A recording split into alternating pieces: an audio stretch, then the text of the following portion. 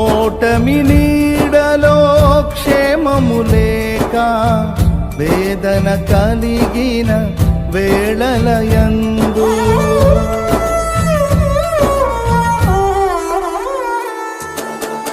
ఓటమి నీడలో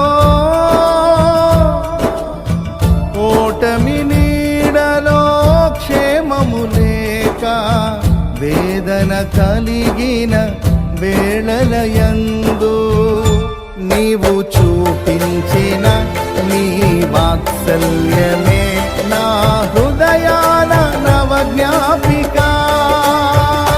నీవు చూపించిన నీ వాత్సల్యమే నా హృదయాన నవజ్ఞాపిక. ఆకాశమందున్న ఆసీనుడా నీ తట్టు కనులెత్తుచున్నాను, నేను నీ తట్టు కనులెత్తుచున్నాను. ఆకాశమందున్న ఆసీనుడా నీ తట్టు కనులెత్తుచున్నాను, నేను నీ తట్టు కనులెత్తుచున్నాను.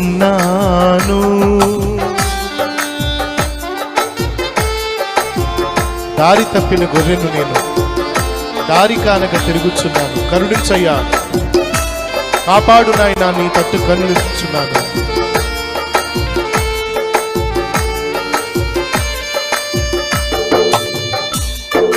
ప్రార్థన చేసుకుని వాక్యాలకు వెళ్దాం.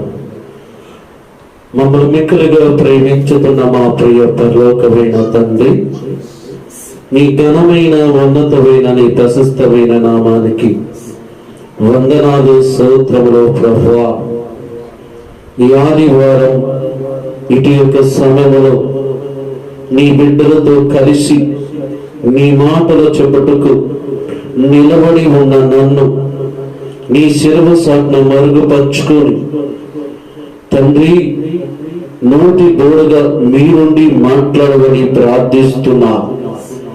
వినగలిగే చెవులు, గ్రహించే మనస్సు నీ బిడ్డలకు దయచేయమని క్రీస్తు పేరిటి ప్రార్థన అడుగుతున్నా తండ్రి, ఆమేన్. అందరూ చప్పట్లు కొట్టి ప్రభువు నామాన్ని మహిమపరచుదాం. ప్రియులారా, ప్రభువు నామమునికి మహిమ ఘనత ప్రభావములు కలుగును గాక. ఈ ఆదివారం ఉదయకాల సమయంలో ప్రార్థనలో పాల్గొంటున్న మీ అందరికీ హృదయపూర్వకమైన వందనాలు. ప్రియులారా, ఈరోజు దేవుడి యొక్క ఆలోచన ఏంటో, దేవుడి యొక్క ఉద్దేశం ఏంటో, దేవుడి యొక్క సంకల్పం ఏంటో బైబిల్లోకి వెళ్ళి మనం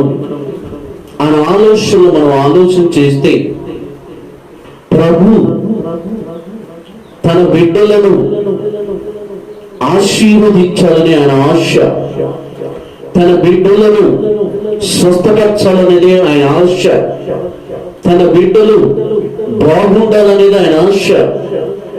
భూమి మీద ఉన్న ప్రతి కుటుంబం, దేవుని నమ్ముకున్న ప్రతి కుటుంబం, దేవుడి దగ్గరకు వస్తున్న ప్రతి కుటుంబం, దేవుని ఆరాధిస్తున్న ప్రతి కుటుంబం, ప్రభు సంఘంలో చేర్చబడుతున్న ప్రతి కుటుంబం, ప్రార్థనకి రాకుండా కుటుంబాలు, దేవుడు ఆయన ఆలోచన మొత్తం మన మీదే. ప్రియ, మనం రక్షించబడాలని, మనం రక్షణలో నడిపించబడాలని, ఆయన ఇచ్చే ఆనందాన్ని పొందుకోవాలని, ఆయన ఇచ్చే సమాధానం పొందుకోవాలని, ఆయన ఇచ్చే దీవెన పొందుకోవాలని ఈరోజు దేవుడు మన గురించి ఆలోచిస్తున్నాడు.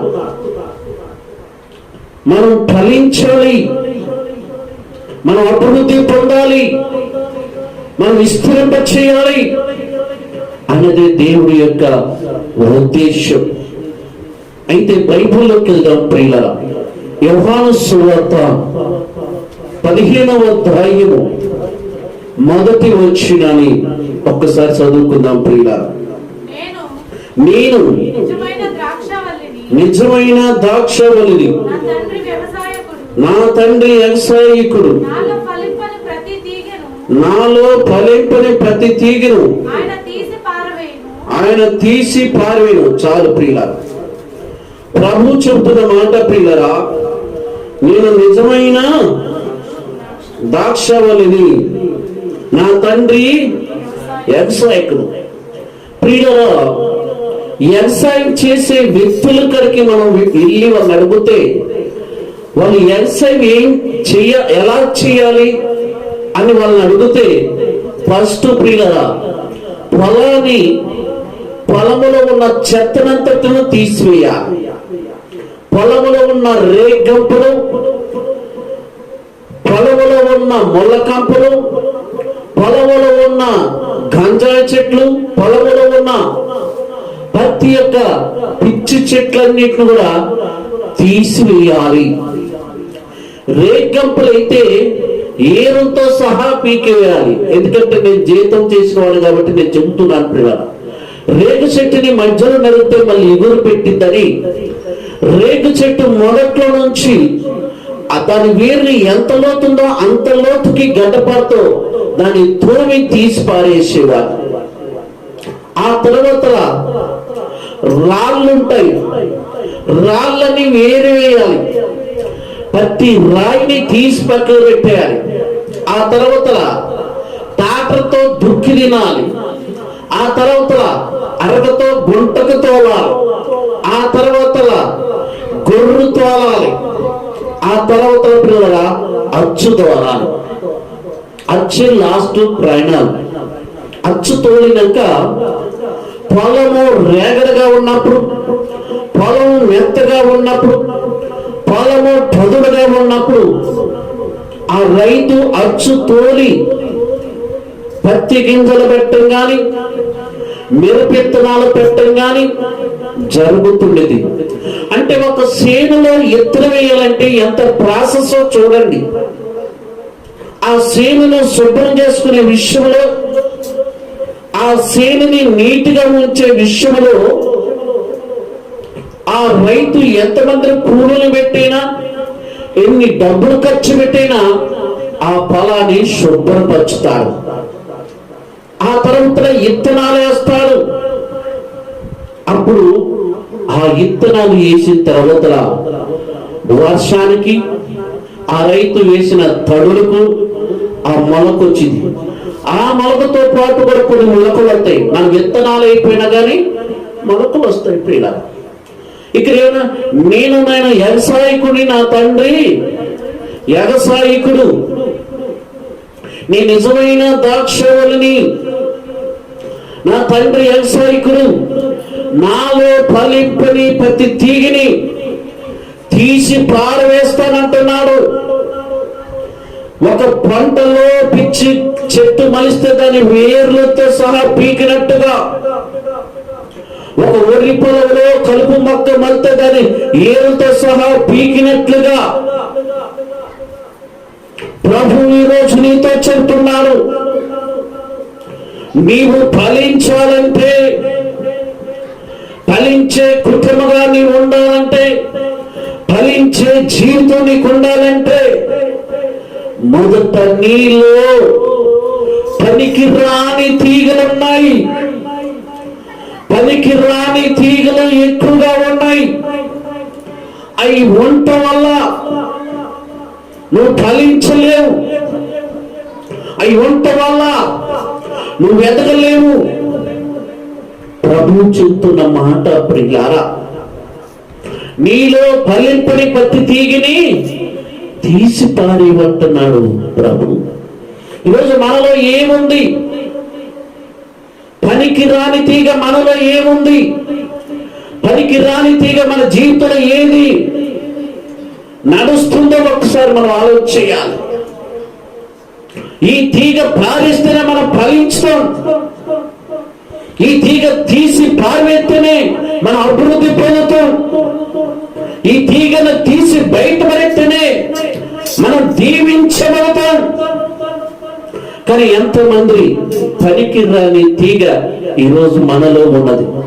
అది ఎటువంటి స్వభావం, ఎటువంటి ఆలోచన,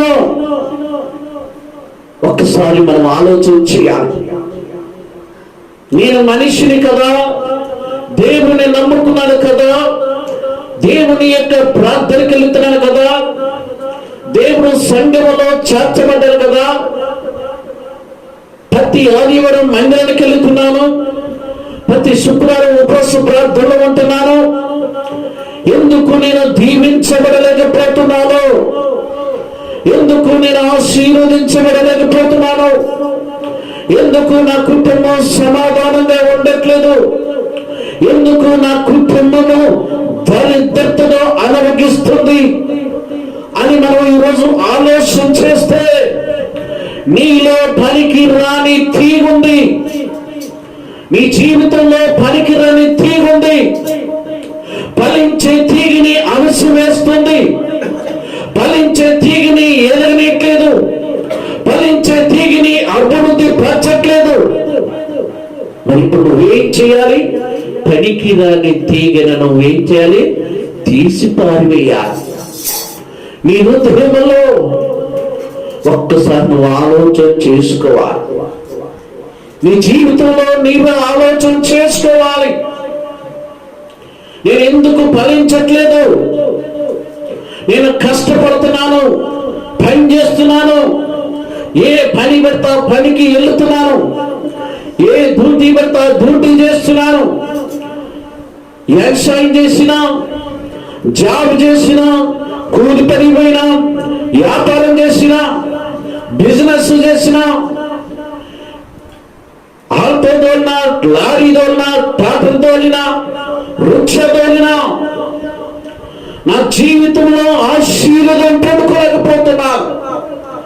నా జీవితంలో దీవెనను నేను పొందుకోలేకపోతున్నానని ఈరోజు నువ్వు అనుకుంటుంటే ఒక్కసారి ఆలోచి, ఒక్కసారి నీ జీవితంలో వెనక్కి తిరిగి చూడు. నాలో పనికి రాని తీగలు ఉండబట్టే.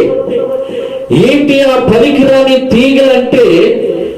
ఒక్కసారి ప్రియులారా, పనికి రాని తీగలంటే మనకు అర్థం కావాలి. ఈరోజు మన హృదయంలో ఏది పరిపాలన చేస్తుంది, మన జీవితంలో ఏది పరిపాలన చేస్తుంది, మన కుటుంబంలో ఏది పరిపాలన చేస్తుంది? మనలో మంచి పరిపాలన చేస్తుందా, చెడు పరిపాలన చేస్తుందా? మనలో మంచి మాటలు ఎక్కువ ఉన్నాయా, చెడు మాటలు ఎక్కువ ఉన్నాయా? మన కుటుంబంలో మంచి మాటలు ఉన్నాయా, చెడు మాటలు ఉన్నాయా?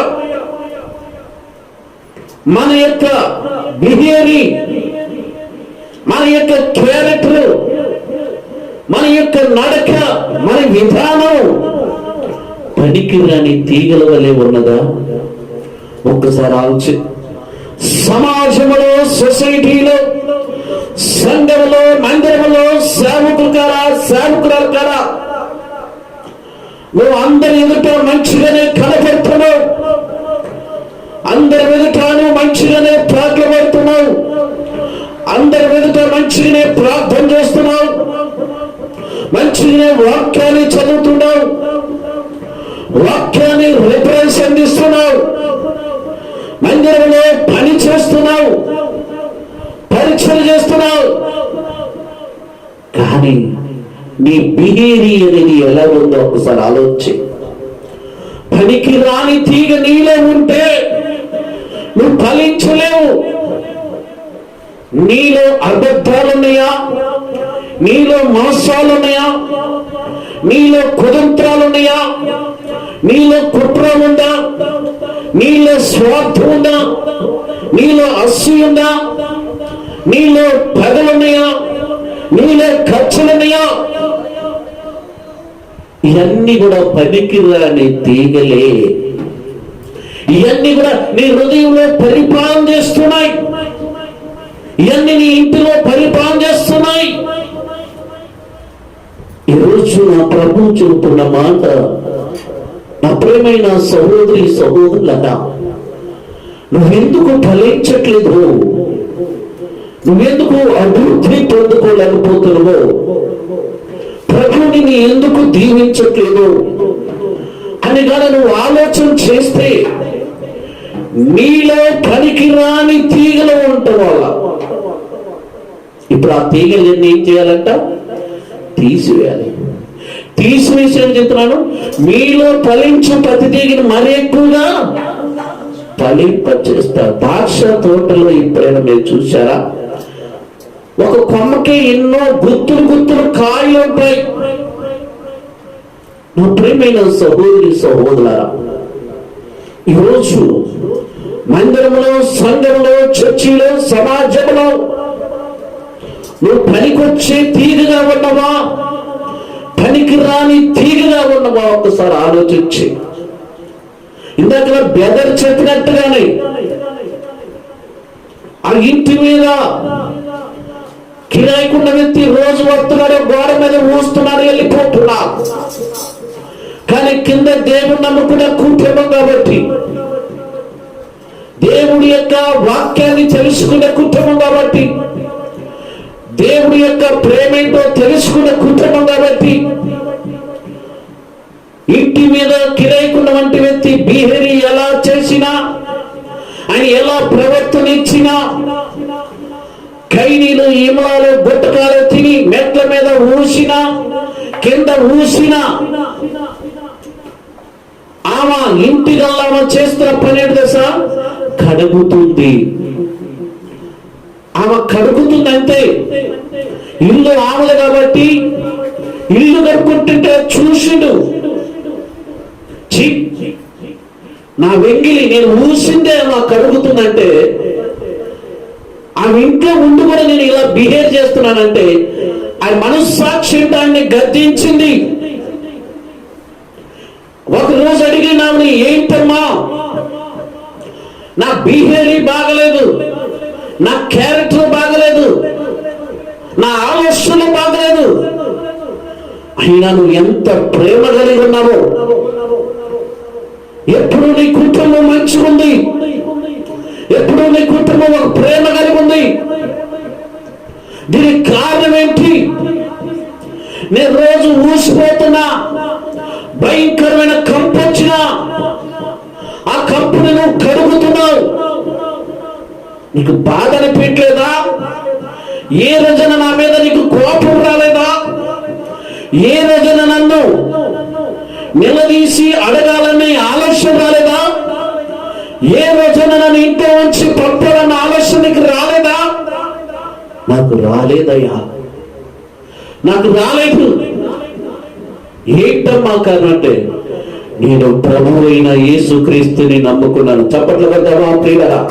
నేను ప్రభు అయిన యేసుక్రీస్తుని నమ్ముకున్నాను, ఆయన ప్రేమను ఆయన గుండెల్లో నింపుకున్నాను, ఆయన వాక్యాలు నా హృదయంలో భద్రపరుచుకున్నాను.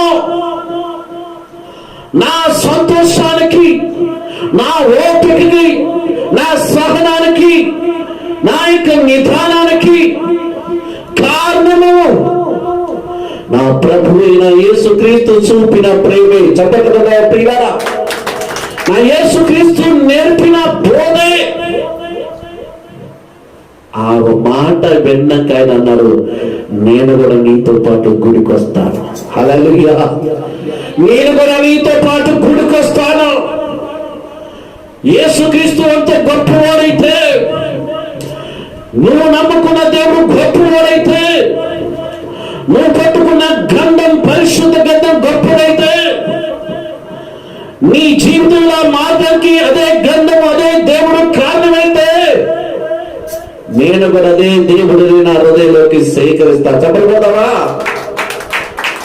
ఆమెకి ఏ రోజున ఆమె వెళ్ళి ఆయనకి వాక్యం చెప్పలేదు, ఏ రోజైనా ఆమె వెళ్ళి ఆయన కోసం ప్రార్థన చేయలేదు, ఏ రోజైనా ఆయన ఆమెకి పరిచయం లేదు.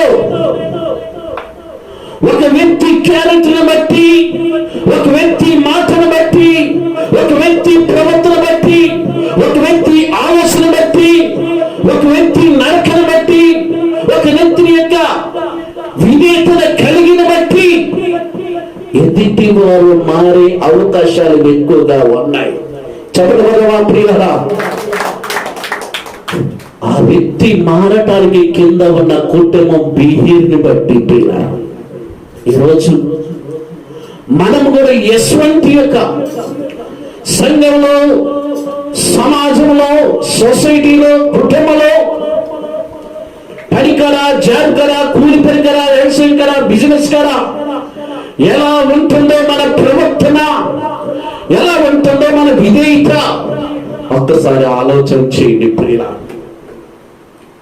మనం మన హృదయంలో పనికిరాని తీగలు ఎన్నున్నాయో అవి ఎప్పుడూ ఉన్నా మనకే నష్టం. అవి ఎంత కాలం ఉన్నా మనకే నష్టం. ఈరోజు ఈ వాక్యాన్ని వింటుండగా నీలో పనికిరాని తీగలన్నీ కూడా ఏం చేయాలి? తీసివేయాలి. ఒక వ్యవసాయం చేసే ఒక రైతు వరి పొలంలో కలుపు మక్కుంటే దాన్ని ఏరి ఎత్తడు.